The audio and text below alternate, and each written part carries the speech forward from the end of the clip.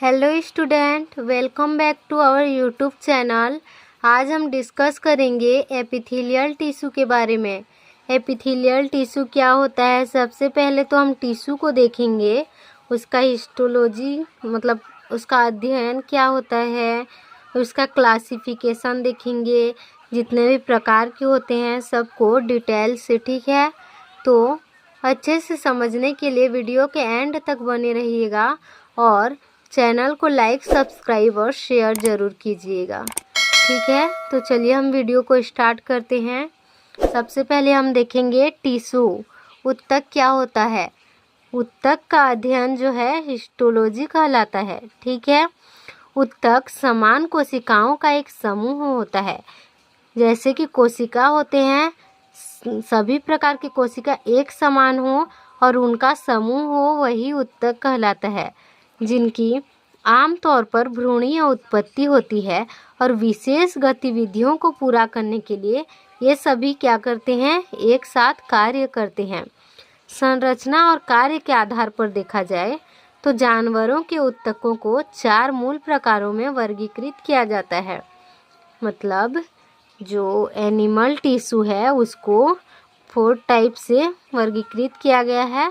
देखते हैं पहला क्या है? Epithelial tissue. दूसरा कनेक्टिव टिश्यू, जोड़ने का काम करता है। तीसरा है नर्वस टिश्यू और चौथा मस्कुलर टिश्यू। ठीक है, इसका जो पहला वाला है हमें क्या पढ़ना है इसमें? एपिथेलियल टिश्यू, उपकला ऊतक। देखते हैं ये क्या है।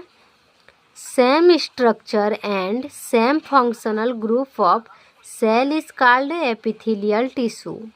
क्या है? एक समान आकार और एक समान कार्य करने वाले कोशिकाओं के समूह को ही एपिथेलियल टिश्यू या उपकला ऊतक कहते हैं। अब देखते हैं हम, इतना क्लियर है ना? अब क्लासिफिकेशन देखते हैं कैसे होता है इसका क्लासिफिकेशन। ये epithelial tissue, 3 type of epithelial tissue. First is simple epithelial tissue, second glandular epithelial tissue और थर्ड जो है स्ट्रेटिफाइड एपिथेलियल टिश्यू। ठीक, सिंपल एपिथेलियल टिश्यू क्या है? यह सेल का एक लेयर होता है, सिंपल लेयर। ठीक है, ग्लैंड्यूलर जो ग्लैंड बनाएगा अर्थात ग्रंथि बनाएगा, सिक्रेशन का काम करता है। और तीसरा स्ट्रेटिफाइड एपिथेलियल टिश्यू, जिसे स्ट्रेट किया जा सकता है, खींचा जा सके, इसी को कहते हैं सिंपल एपिथेलियल टिश्यू। उसके 3 प्रकार होते हैं।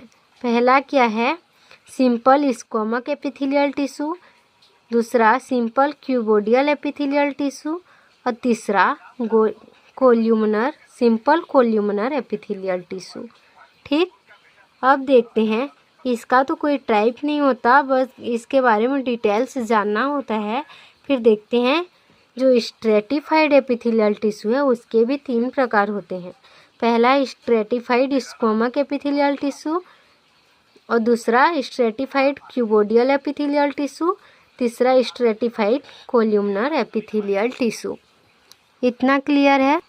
ये देखिए, इस प्रकार से एपिथेलियल टिश्यू का नोट्स भी तैयार है। ठीक है, ये अत्यंत महीन और चिकनी झिल्ली होता है। इसके बाहरी लेयर ये किसी भी शरीर के जैसे बाह्य पृष्ठ है तो उसके अंदर वाला जो भाग होता है उसको कवर किए होता है, जिसे अंतरकला कहा जाता है। ये वसा के बने होते हैं। उपकला शरीर का एक विशिष्ट ऊतक होता है, अंगों का आच्छादन करके उनकी रक्षा करता है आदि। ठीक है, ये एकाधिक परतों से भी बना रहता है। सिंगल परत, इसके प्रकार भी बहुत होते हैं। इस प्रकार से आप लोग इसको देखिएगा। फिर हम देखते हैं, इसमें स्वयं की रक्त की आपूर्ति का अभाव होता है। एपिथेलियल टिश्यू कई प्रकार से रोल प्ले भी करता है, जैसे कि प्रोटेक्शन हुआ, फिल्ट्रेशन हुआ, सिक्रेशन, अब्जॉर्बेशन एंड एक्सक्रेशन आदि। ठीक है, क्योंकि एपिथेलियल टिश्यू टूट फूट कर और चोट के अधीन होता है, इसमें नवीकरण की उच्च क्षमता होती है। कहीं पर अगर चोट भी लग जाता है या कुछ हो जाता है आपके शरीर में तो उसको नया करने की क्षमता भी उसमें होती है। अब हम देखते हैं उसका फर्स्ट टाइप जो सिंपल एपिथेलियल टिश्यू है। ये तो सेल की सिंगल लेयर होती है, पता है आपको। फिर उसका जो सिंपल स्क्वामक एपिथेलियल टिश्यू है ये बहुत ही पतले होते हैं, थोड़े से दबे हुए, और ये जो टिश्यू होते हैं सिंगल लेयर वाले पॉलीगोनल आकृति के दिखते हैं। ठीक है, इसका डिस्क्रिप्शन देखते हैं। समतल कोशिकाओं की सिंगल लेयर, और जो लोकेशन होता है कहाँ कहाँ पाए जाते हैं, हृदय की रेखाओं में, रक्त वाहिकाओं में, लसिका वाहिकाओं और फेफड़ों की वायु कोशिका और किडनी का मोमन कैप्सूल, कान की पर्दा के जो भीतरी वाला सतह होता है वहाँ पाए जाते हैं। पेरिटोनियम जैसे सीरस मेम्ब्रेन की एपिथेलियल लेयर बनाते हैं।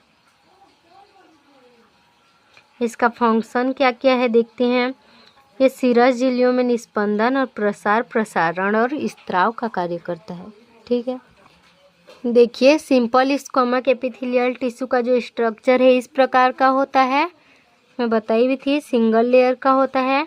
अब देखते हैं सिंपल क्यूबोडियल एपिथेलियल टिश्यू जो क्यूब शेप का होता है। ठीक है, सिंगल लेयर होता है, और इसका लोकेशन क्या क्या है, कहाँ पे पाया जाता है। ओवरी की सरफेस को जो है कवर करता है, आँख के लेंस के कैप्सूल की पूर्व सतह को जो रेखाबद्ध करने का काम करता है, रंजित उपकला बनाता है, किडनी की नलिकाओं और कई सारे ग्लैंड की छोटी नलिकाओं को भी रेखाबद्ध करता है, लाइनिंग करता है ये।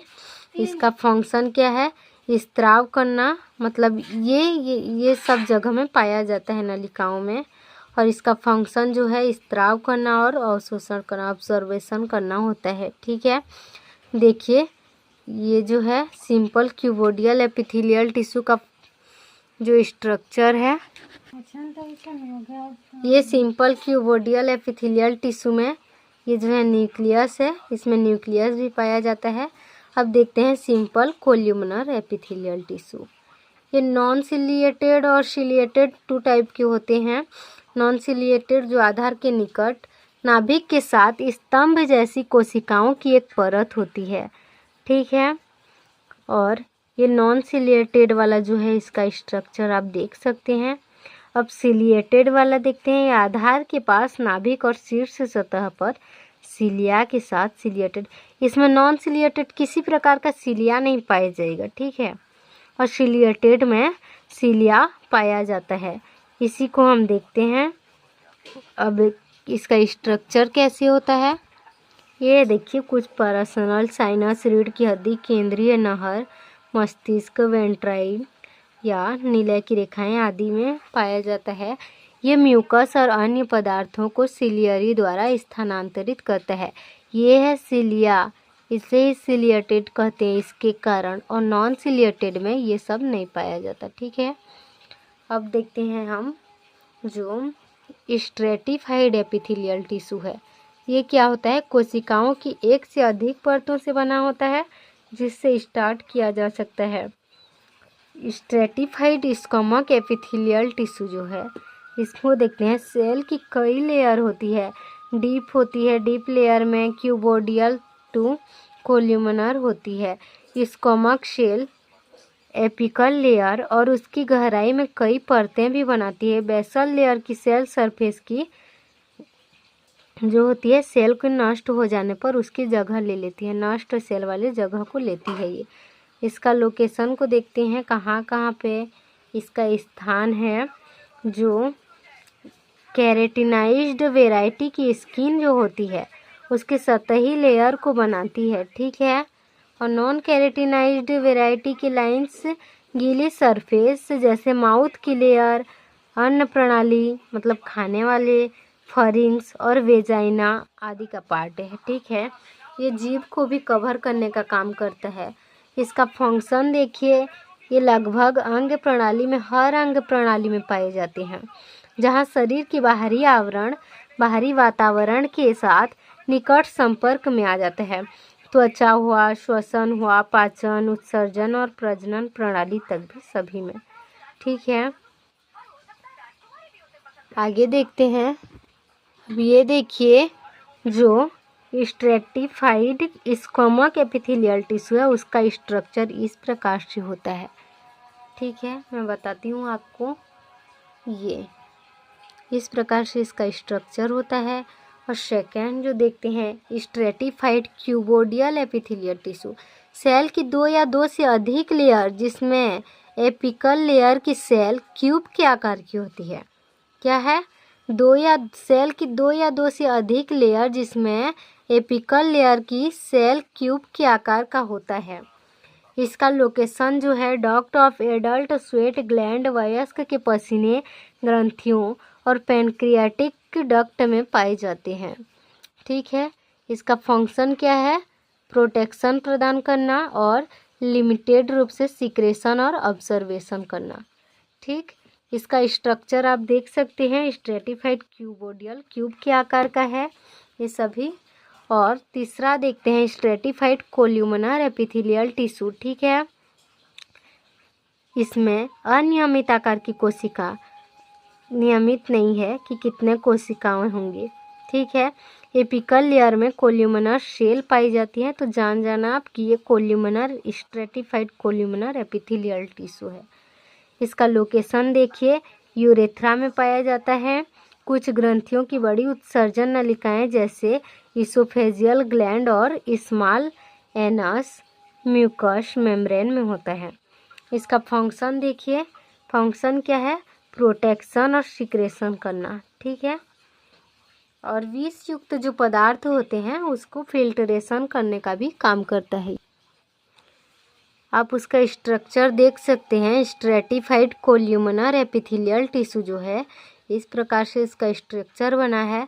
अब जो दो कंप्लीट हुआ, हम सेकेंड वाला को वहाँ छोड़ दिए थे, जो ग्लैंड्यूलर एपिथेलियल टिश्यू, इसको देखते हैं। ये सिक्रेशन का कार्य ग्लैंड सेल द्वारा कंप्लीट किया जाता है, जो अक्सर क्या होता है? कवराइंड एंड लाइनिंग एपिथेलियल, जो डीप में ग्रुप में स्थित होते हैं, बहुत गहराई में ये समूह में होते हैं।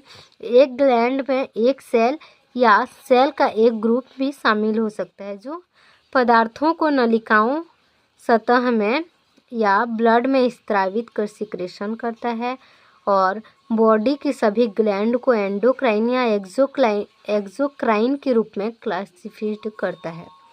ठीक है, एंडोक्राइन ग्लैंड क्या है? जो कि हार्मोन्स का उत्पादन करते हैं, जो शरीर की विभिन्न गतिविधियों को नियंत्रित करने का काम करते हैं। और वहीं एक्सोक्राइन क्या है? जो कि पसीना, तेल, कान का मैल, लार और पाचन एंजाइम जैसे पदार्थ उत्पन्न करते हैं। आप देख सकते हैं ग्लैंड्यूलर एपिथेलियम का वो जो डायग्राम है किस प्रकार से होता है। ये यहाँ जो है डक्ट पाए जाते हैं बहुत सारे, और ये ग्लैंड्यूलर एपिथेलियल ये है। ठीक है, और ये सेक्रेटरी यूनिट्स होता है, ये वाला जो पार्ट होता है। इधर से ये डक्ट बाहर की ओर भी निकल सकते हैं। अब से हमारा जो एपिथेलियल टिश्यू का पूरा है क्लासिफिकेशन वगैरह सब कंप्लीट होता है। ठीक है, thank you all of you.